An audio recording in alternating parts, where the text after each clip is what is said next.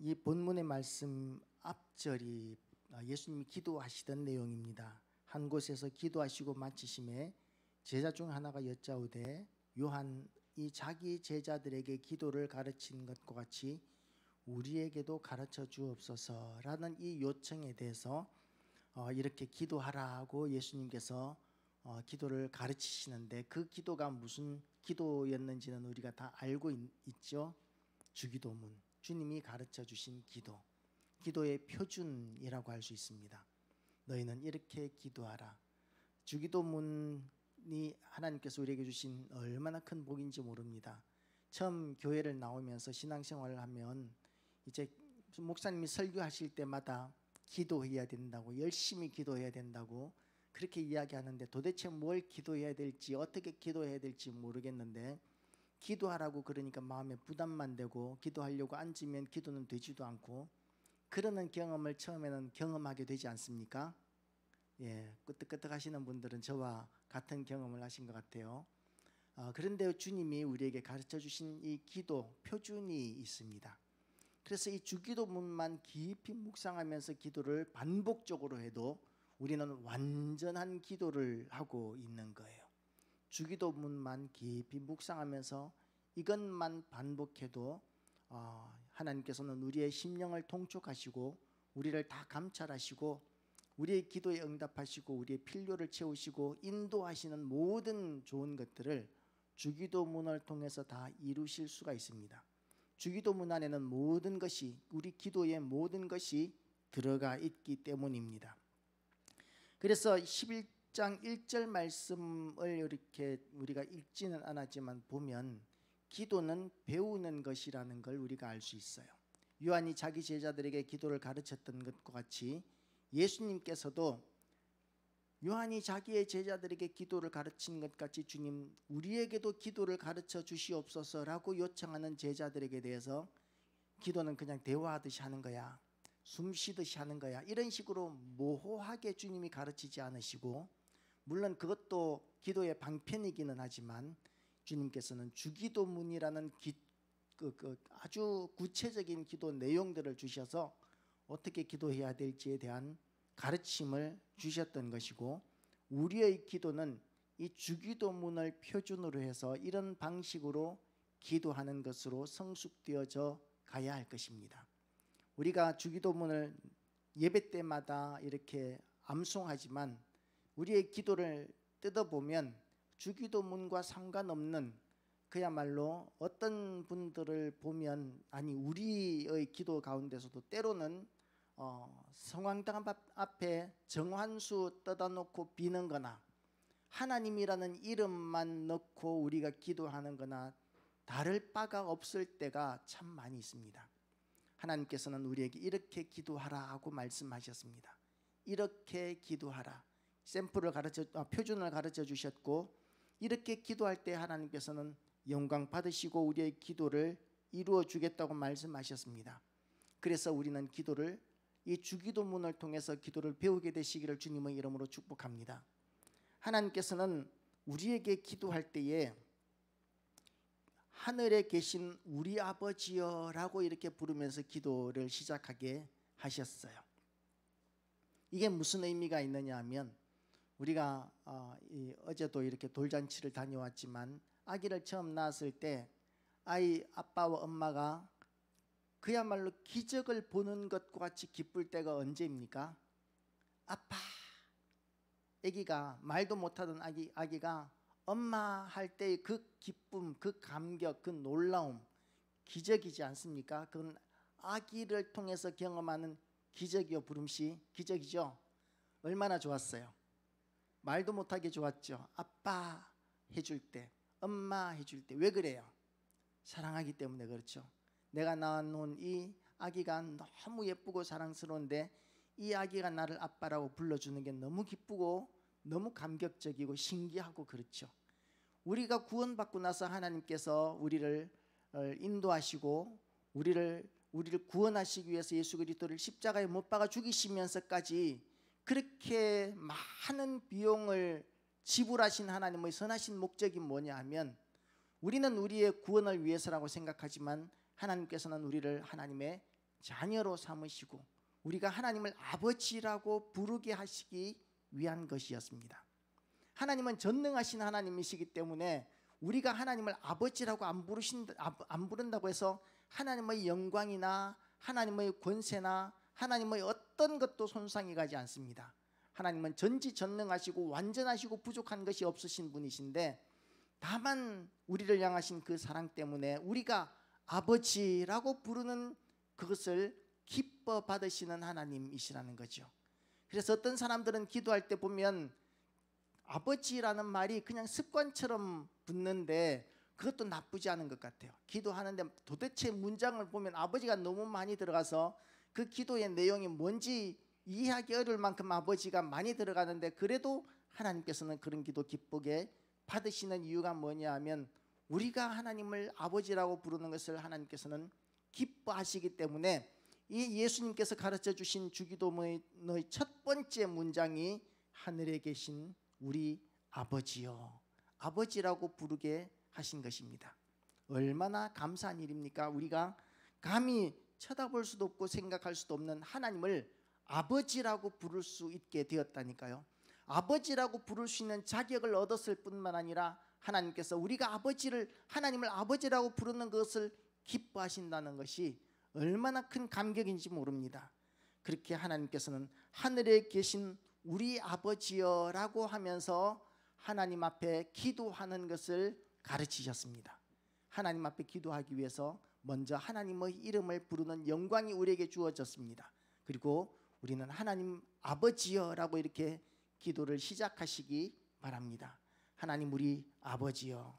그리고 이 하늘에 계신 우리 아버지여라는 이 문장의 그 의미가 또 어떤 문장이냐 하면 첫 번째로는 하나님은 존재하시는 하나님이다라는 겁니다. 첫 번째로 하나님은 존재하십니다.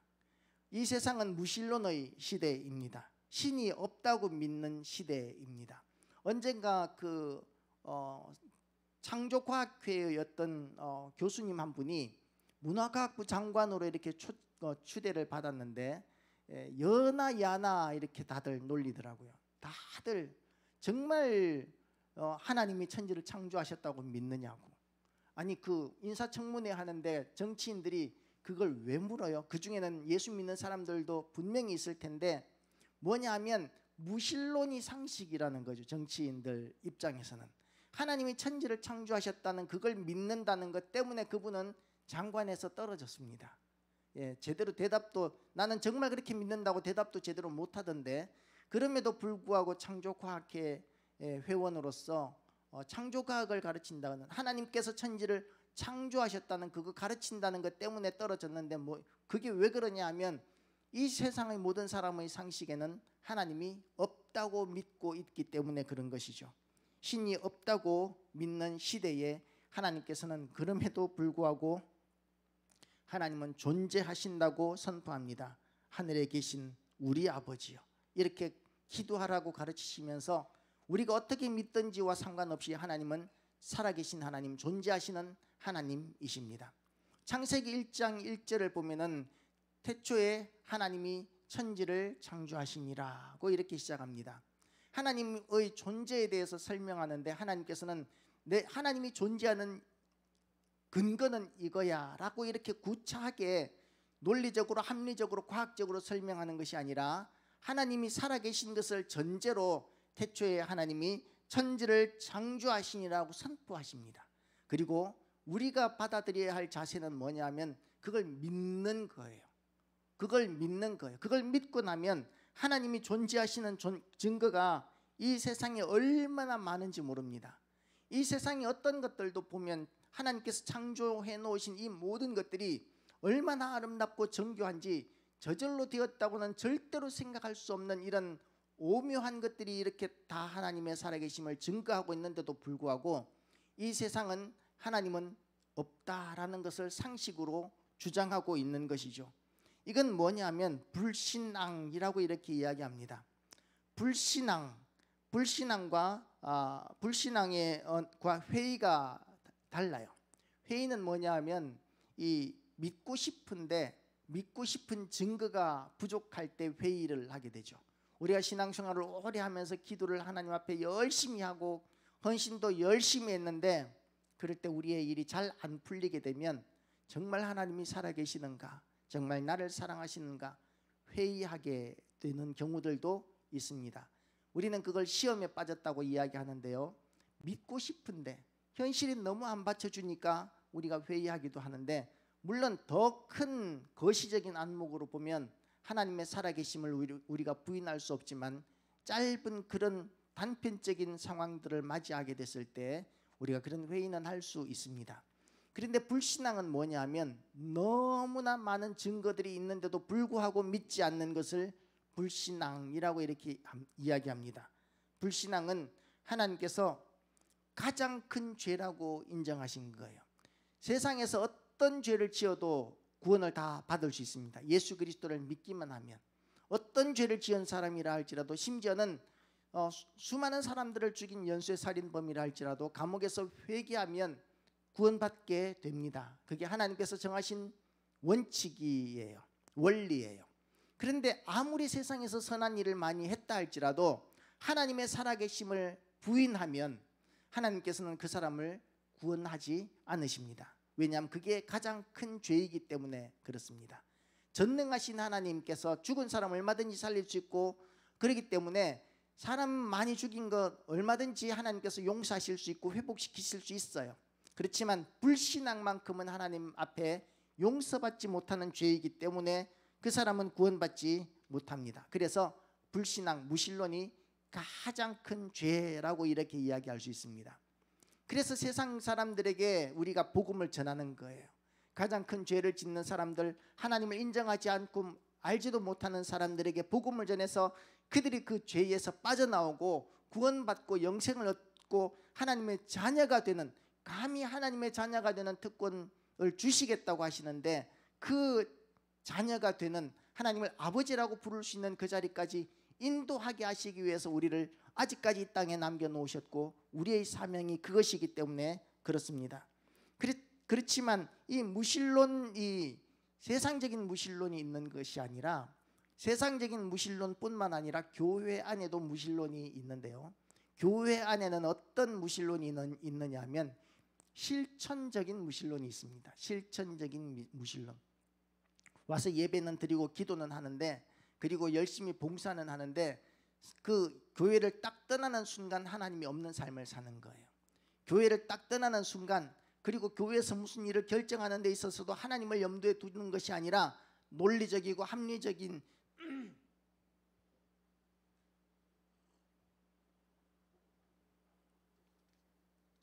계산에 의해서 모든 것을 결정하면서 살아갈 때에 그것은 실천적인 무신론자라고 이렇게 이야기합니다. 말로는 신앙 고백을 하지만, 입술로는 하나님을 믿는다고는 하지만, 그런 사람은 실천적인 무신론자다라고 이렇게 이야기하고 있습니다. 그러나 하나님께서는 태초에 하나님이 천지를 창조하셨다, 이 한마디로 하나님의 존재를 선포하고 맙니다. 그리고 이 세상에 하나님께서 만들어 놓으신 이 천지 만물이 다 하나님께서 존재하시는 증거다라는 것을 너희가 보고 깨달아라 하고 이렇게 말씀하십니다. 관찰하면, 우리가 돌아보기만 하면 세상의 모든 것들 가운데 하나님이 살아계신 증거들을 우리가 알 수 있고 인정할 수밖에는 없는 것이죠. 그래서 우리가 하나님의 살아계심을 어떤 상황 가운데서도 믿으시고 인정하시고 붙드시기를 축복합니다. 하나님은 존재하십니다. 천지 만물을 창조하신 너무나 영광스럽고 너무나 존귀하신 하나님이십니다. 그러나 세상 사람들은 만질 수 없고 볼 수 없다는 이유 때문에, 과학적으로 측정할 수 없다는 이유 때문에 하나님께서 안 계신다고 주장합니다. 그러나 측정할 수 없는 것들이 세상에는 굉장히 많아요. 우리가 알 수 있는 것들은 지극히 제한적입니다. 우리가 불과 얼마 전까지만 해도 우주에 은하계가 한 2천만 개 정도 있을 것이라고 생각을 했습니다. 2천만 개쯤, 불과 몇 년 전까지만 해도요. 그런데 지금 새로운 그 우주 망원경이 우주 궤도에 올라갔습니다. 그리고 나서 인간들이 이 우주의 은하계가 2조 개가 넘을 것이다 라고 이렇게 바뀌었어요. 그러니까 불과 몇 년 전만 해도 인간이 생각하는 우주의 크기는 은하계가 한 2천만 개 정도 되는 규모밖에는 안 됐는데 그것도 어마어마합니다. 왜냐하면 은하계 한 개에 태양과 같은 그런 별이 1,000만 개에서 4천만 개까지 있거든요. 지금까지 우리가 관측한 바로는 그것만 해도 은하 한 개만 해도 어마어마한데, 그런데 그런 은하가 우주에 2천만 개 있다고 생각했던 것이 요번에 새로운 우주망원경을 올려서 보니까 2조 개 이상이 있을 것이다 라고 이렇게 바뀐 거예요. 그러니까 다시 말해서 과학이라는 것도, 과학이 발달하면 발달할수록 우리가 더 많은 것을 볼 수 있지만 과학이 제한되어 있을 때는 우리가 볼 수 있는 게 한계가 있습니다. 측정할 수 없는 것들이 많이 있고 볼 수 없는 것들이 많이 있습니다. 우리 하나님은 과학을 초월하시는 하나님이십니다.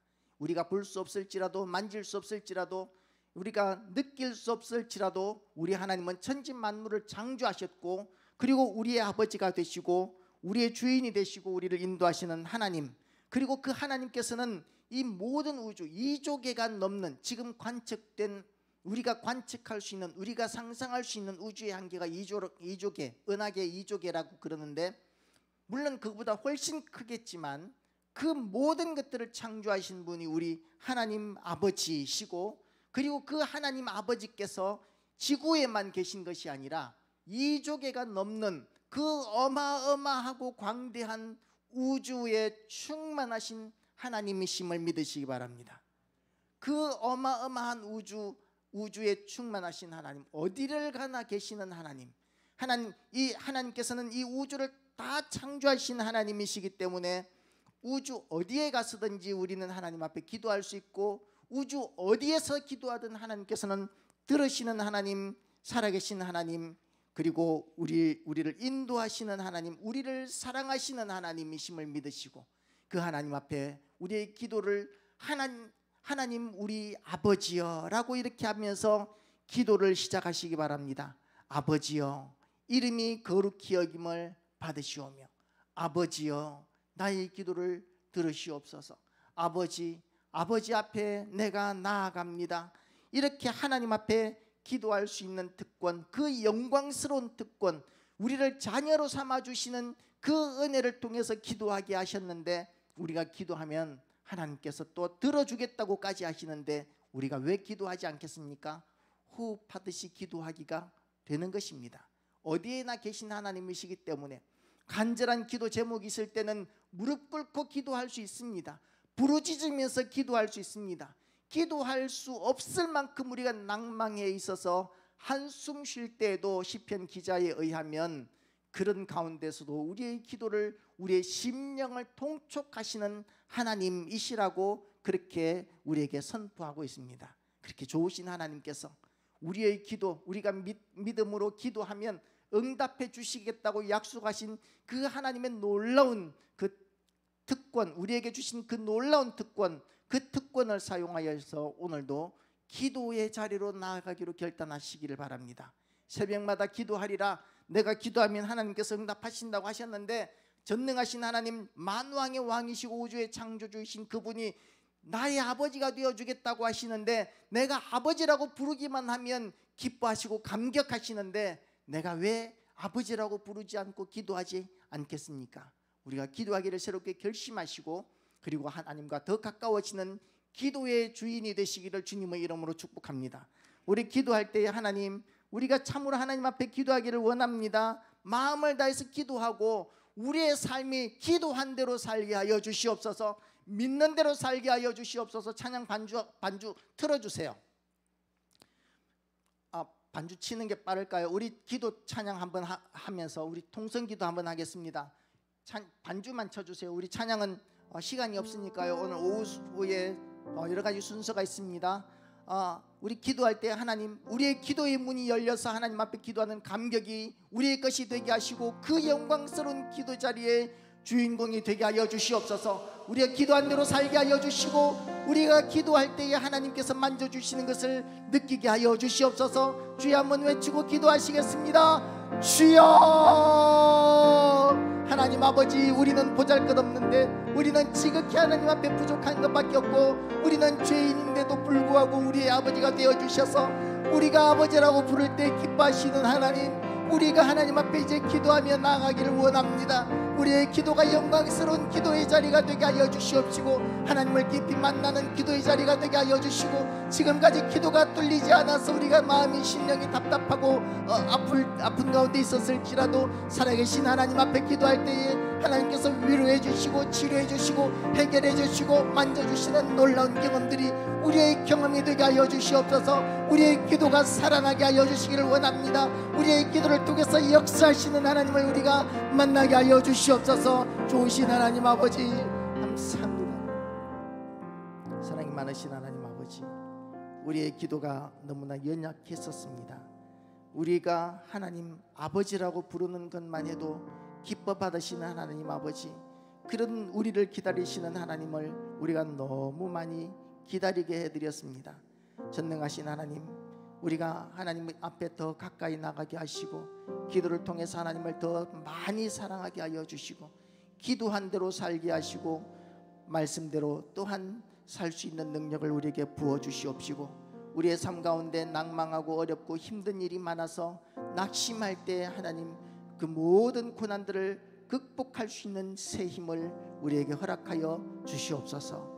예수 그리스도 이름으로 기도드리옵나이다. 아멘. 찬송가 97장이죠. 찬송가 78장, 찬송가 78장 부르시겠습니다.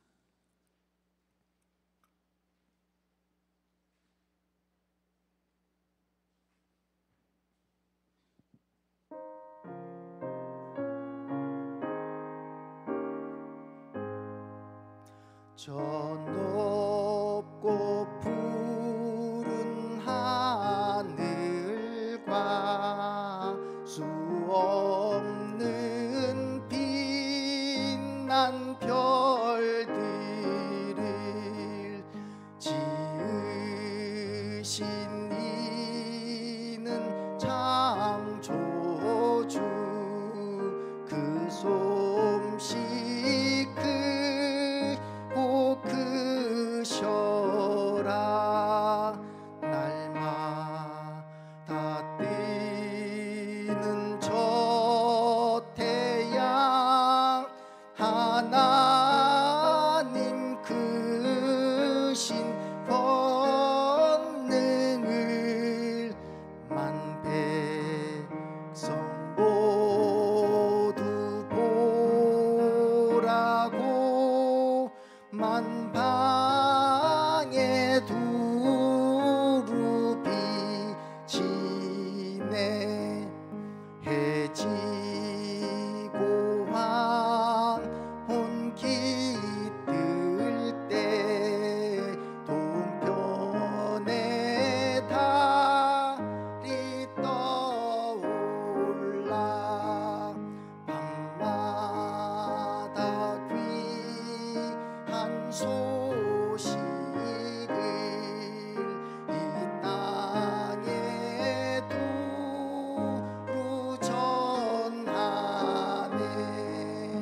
행성과 항성 모든 별 저마다 제길 돌면서 창조의